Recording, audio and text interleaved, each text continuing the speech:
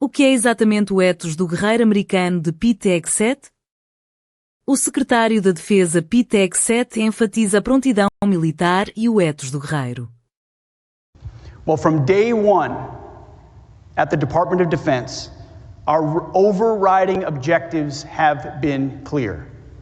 Restore the warrior ethos, rebuild our military, and reestablish deterrence.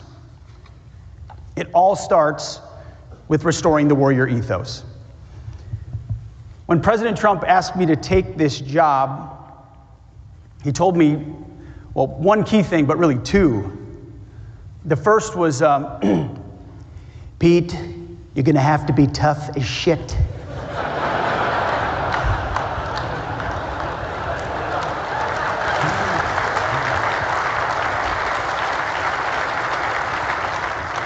They're gonna come after you. Boy, he was not kidding about that one. This job requires a steel spine, and that's fine. My job's easy compared to what you do. We're doing the work on behalf of the American people and the American warfighter.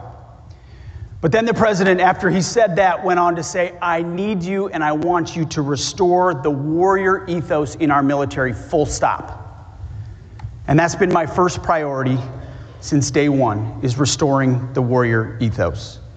It's one of the most fundamental of those three objectives. Again, humans more important than hardware. Everything starts and ends with warriors from training to the battlefield. We are leaving wokeness and weakness behind. No more pronouns, no more climate change obsession, no more emergency vaccine mandates, no more dudes in dresses. We're done with that shit.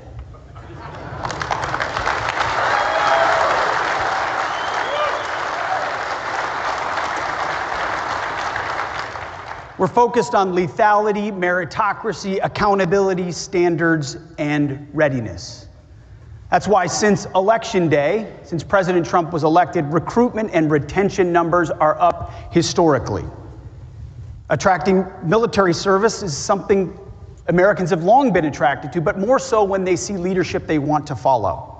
They want to be in disciplined formations that value them not for immutable differences, not for the color of our skin or gender, but because of honor and integrity and grit and patriotism. They want a meritocracy where they can work hard, make themselves better, kick ass, and rise up. They're looking for adventure, camaraderie, risk, danger. They want to push themselves and test themselves against others. They want to flourish in an environment that embraces hard work, discipline, and the warrior ethos. Special operators know a thing or two about all of those. I've experienced it firsthand across the world. I have had a chance to get up and do PT with the troops oftentimes when we're traveling. And some people think it's a novelty. It's not. It's always been a basic part of military service. You get up early, you get up and you work out because we're going to be fit and we're not going to be fat. And even if the SecDef has a little bit of time to do it, every troop has an opportunity to do it. The problem is, it went from let's do PT with the troops to every special operations group in the world trying to smoke the SecDef. I find myself almost blacking out by the end of the workout and then having to hand out coins and try to stay right ways up. Appreciate that. You, this group, have long been the standard bearers of what it means to be an American warrior. An exclusive club where the cost of membership is commitment, toughness, courage, grit, paired with accountability, intelligence, and skill. At times, and this is a key thing and something we've seen firsthand, when the broader force has strayed from the path, has strayed from sanity, has strayed from standards, you have been keepers of the flame. So it's great to see so many outstanding leaders this morning who embody that warrior ethos. General Fenton, thank you for your courage, your determination, and your grit showing your forces what right looks like. And of course, Command Sergeant Major Shorter, the real boss of SOCOM. Thanks for leading your troops and demonstrating that the U.S. military's strategic advantage lies in the strength, and it's true, of our NCO Corps. Like so many other soft leaders, past and present, you have kept the flame of the warrior ethos burning bright. You know, in 1943, naval combat demolition units were preparing for the imminent invasion of Sicily. Lieutenant Commander Draper Kaufman compressed their physical training program into a demanding week known as Hell Week. Even with the demand to get many more sailors to the line more quickly, Lieutenant Commander Kaufman kept the standards high. Between 30 to 40% of students failed the program, but those who graduated were ready. Today, the standards remain high across special operations training programs, and I thank you for that.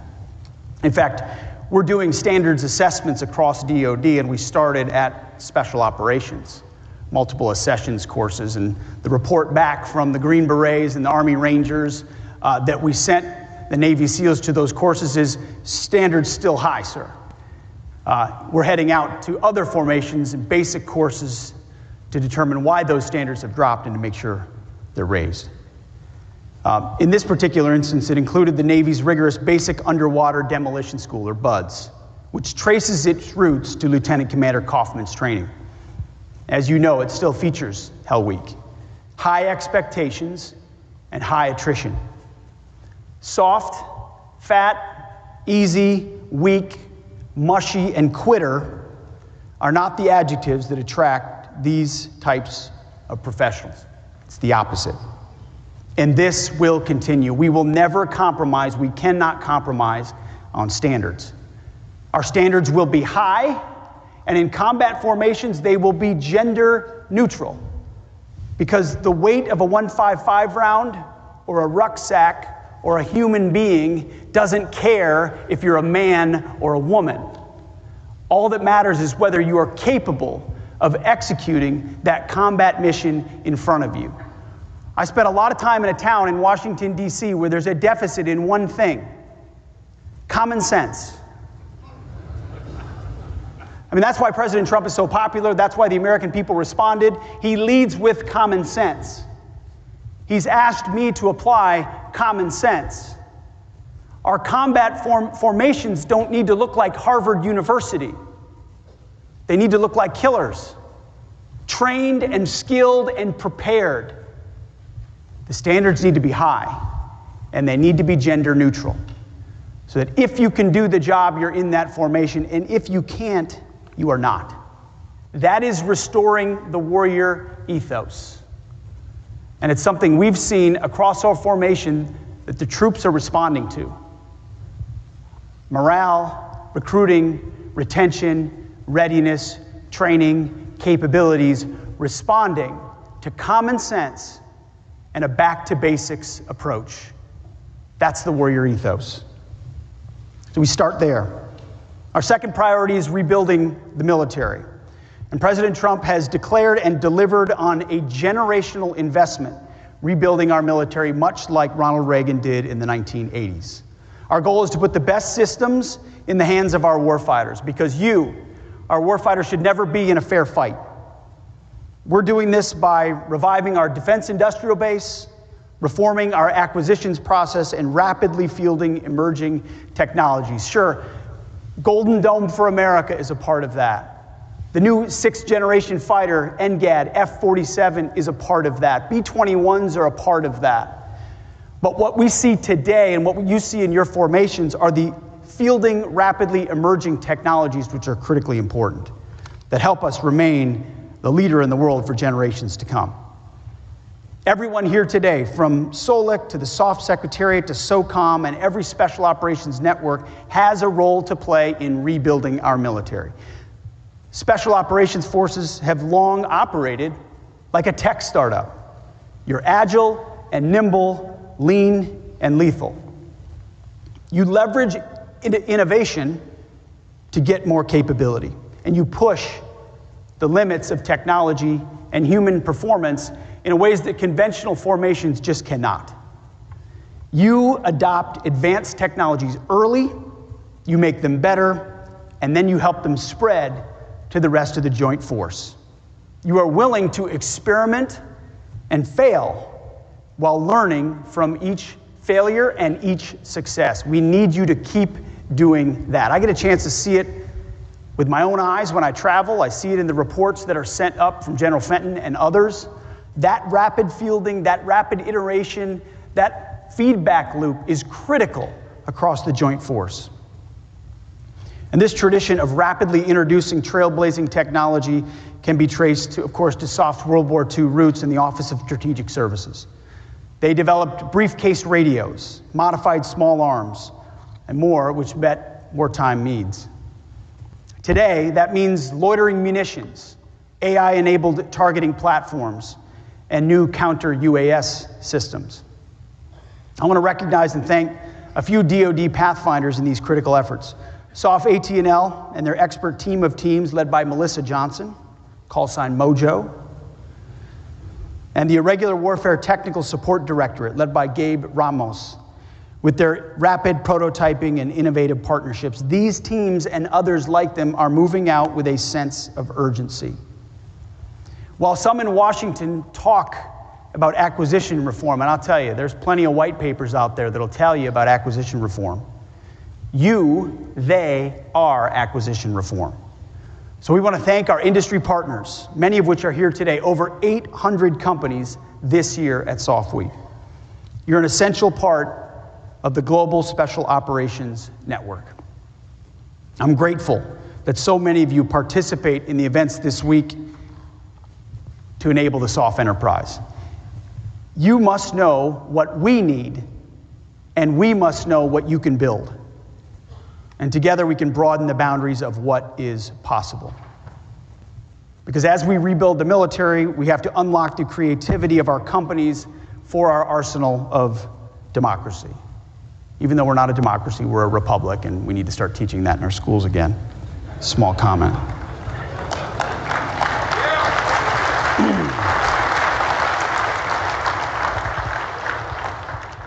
You know, it's the basic stuff they slip by us. The small lies they tell us. Those are the ones that grow in the minds of young people who then turn around and don't love their country.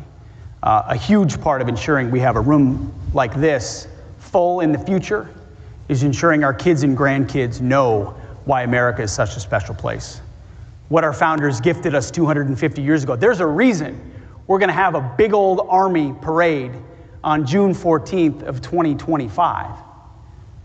It's because what we celebrate in this country is a reflection of what we value. There are a lot of vapid things to celebrate, plenty of reality shows and garbage music and stuff on Netflix. How about we hold up our special operations community? How about we recognize the Army and the Marine Corps of the United States at 250 years, the sacrifice of those men who stood on bridges 250 years ago and said, "We will live free." We have an incredible story to tell, if we're willing to tell it, and then if we're willing to raise young men and women willing and able to raise their right hand to defend this nation.